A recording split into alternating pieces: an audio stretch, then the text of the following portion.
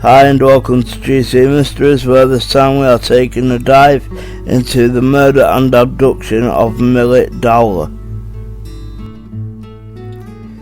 Amanda Jane Dowler was born on the 25th of June 1988. Now, some of you may be confused by her name or wondering who she is, but she went by and is very well known by the name of Millie Dowler. Now, she was a 13-year-old English schoolgirl who was reported missing by her parents after failing to return home from school and not being seen since walking along Station Avenue in Walton-on-Thames in Surrey that afternoon. Now, this seems to be completely out of character for Millie, and not something that she would do willingly. By lots of what I can find, she always went home. She always told her parents where she was going. But on that afternoon, there was no contact. And following an extensive search, Millie Dowler's remains were discovered in Yateley Heath Woods in Yateley in Hampshire on the 18th of September. Which of course deflated any hope that friends and family may have had that they would find her alive and well, and life would carry on as normal, but maybe with more of an eye on her. Now, before I get into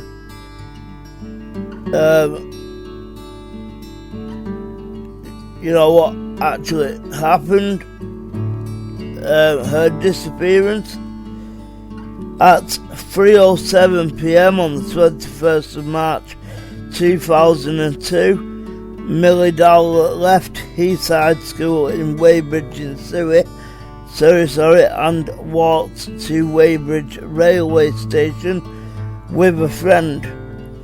The girls disembarked at Walton-on-Thames railway station, one stop before Dowler's usual stop of Hersham, and went to eat at the station cafe. Now, this also seems out of character for her, that she would get off at the railway station and not at her usual stop. Now, after Dowler telephoned her father at 3:47 p.m. to say she would be home in half an hour, the girls left the cafe at 4:05, with Dowler walking home alone. Now, she was last seen 3 minutes later walking along Station Avenue by a friend of her sister who was waiting at the bus stop. So this wasn't just some random person who identified Millie. This was someone who knew her and was a friend of her sister. Now, a CCTV camera, or closed circuit television camera, located further along the road showed no images of Dowler.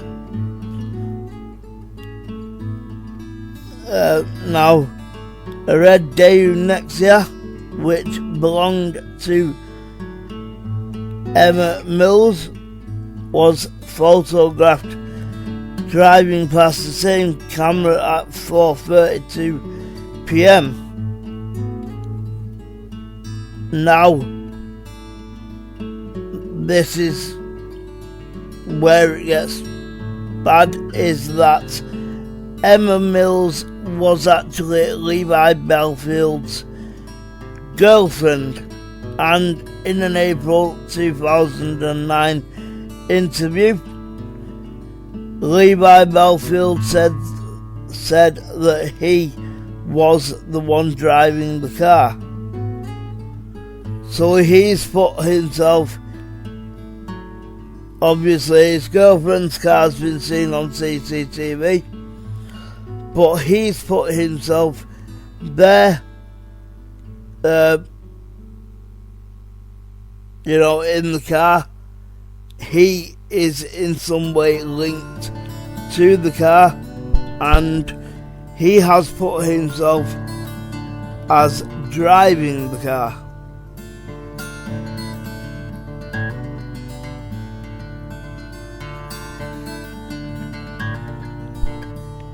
Which, Levi basically did the work for the police, in that he had been, his girlfriend's car had been seen by CCTV. It was linked to Emma Mills, who was Levi Bellfield's girlfriend. It was photographed driving past the same camera at 4:32 p.m. and Levi Bellfield put him there driving the car at the time.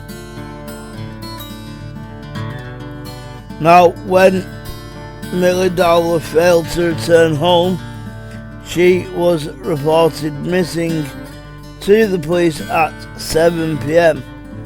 and a nationwide search for her followed, with 100 police officers and helicopters searching fields, streets and rivers around Hersham. And even detectives who had investigated the abduction of Sarah Payne were called in to help. Now, police and the Dowler family made many appeals for information, including a reconstruction on BBC's Crime Watch UK.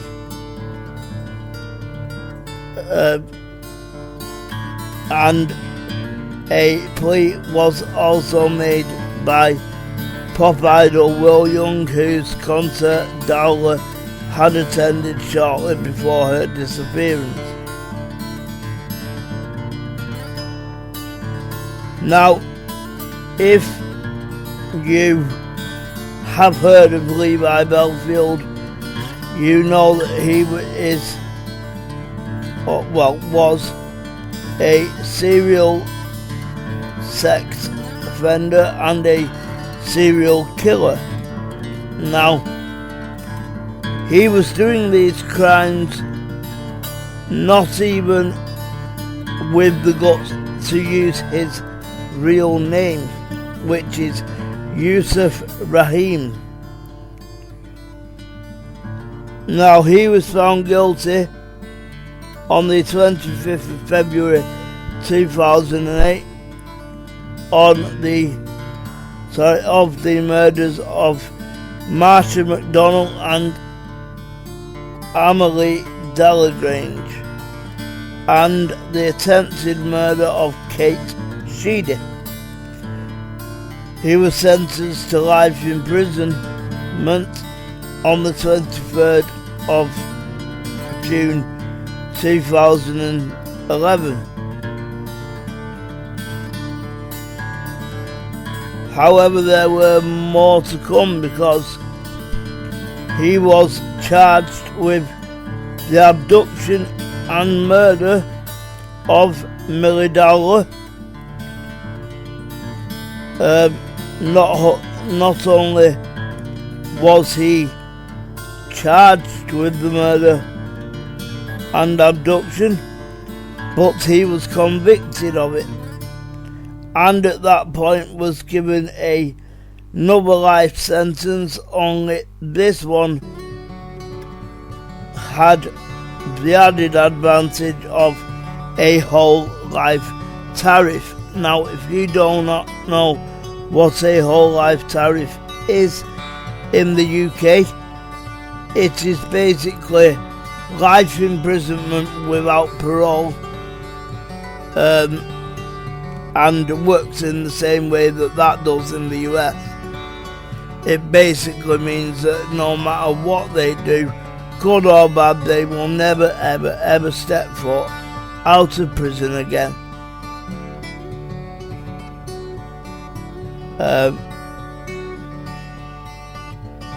Now, not only were her remains discovered on the 18th of September 2002, but she was discovered naked, and were discovered by mushroom pickers in Yatesley Heath Woods near Yatesley in Hampshire. So he also stripped her of all of her clothes before, of course, leaving her body or her remains to be found by some unsuspecting innocent person who's, doing something legitimate, really doesn't want to find the body of anybody, but certainly not a child's body. Now, the remains were later confirmed through dental records as Millie Dowler's, but due to the severity of the decomposition, the cause of death could not be ascertained, although it's widely speculated and widely believed that Levi strangled Millie to death.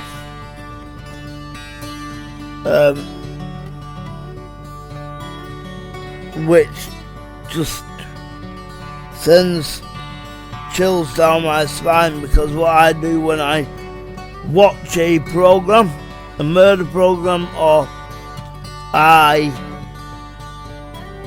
do a video or I read a case, I try and put myself in the mind of the murderer and look at it the way that they did. But I always fail. And you are always going to fail if you are not that way inclined, if you have not got that kind of mental state. You'll never do it.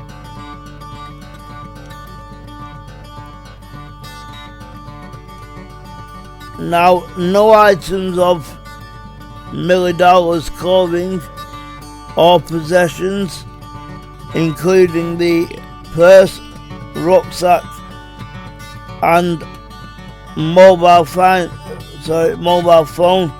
she had with her at the time of her disappearance, have ever been recovered.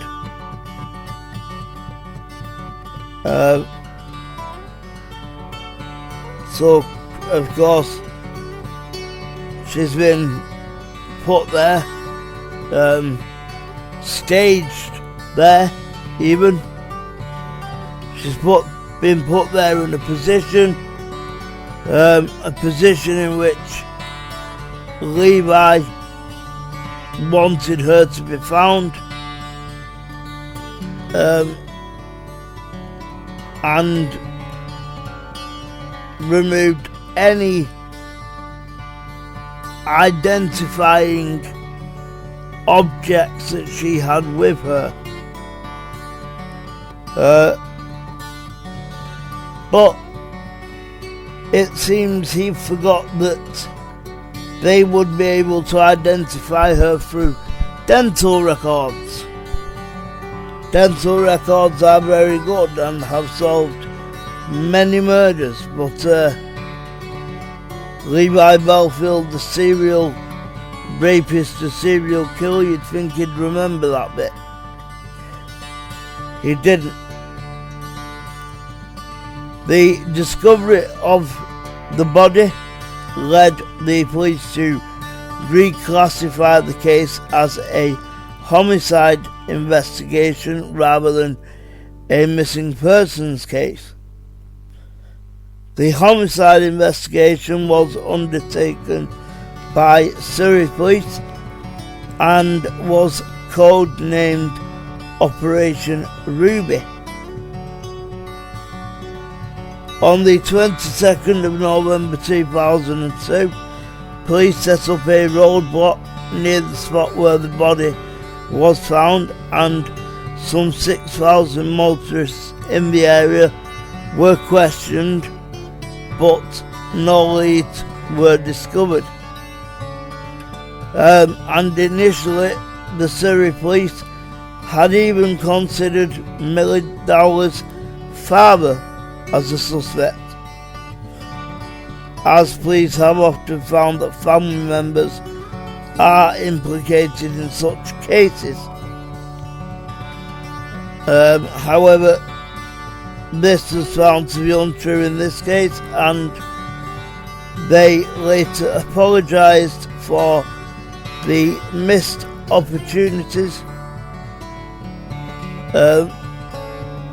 that their attention to this track may have caused. On the 23rd of March 2003, DNA of an unidentified male was discovered on an item of Dowler's clothing in her bedroom, suggesting that her killer may have met her before. However, this link was ruled out within 3 months due to the fact that at the same time that a DNA link was found, it was also linked to a church robbery in Sunderland, which was also ruled out. Now, it shows a bit of planning. He knew where to do it, when to do it. He knew where all the blind spots were. The only thing it seems he forgot was the teeth. But as I've said, Levi Bellfield is actually called Yusuf Rahim, and in my opinion, if he is that bad of a man, serial killer and sex offender, if he really is that bad of a man, surely he should be using his real name, like a man, and be using Yusuf Rahim rather than Levi Bellfield. But the last thing is that he was convicted of abduction and murder. He was convicted on the 23rd of June 2011, and he was given a whole life tariff, meaning luckily for everyone in any part of the UK, that man, Yusuf Rahim, will never get out. But if you want to learn more about Millie Dowler, her murder, or her disappearance, anything really, then you simply search Millie Dowler in all of the usual places. Thank you for watching this GC Mysteries video. If you liked it, please like, subscribe and click the notification bell. If you can, support us on Patreon at patreon.com/GC Mysteries. See us on Facebook and Twitter, GC Mysteries, and bye bye for now.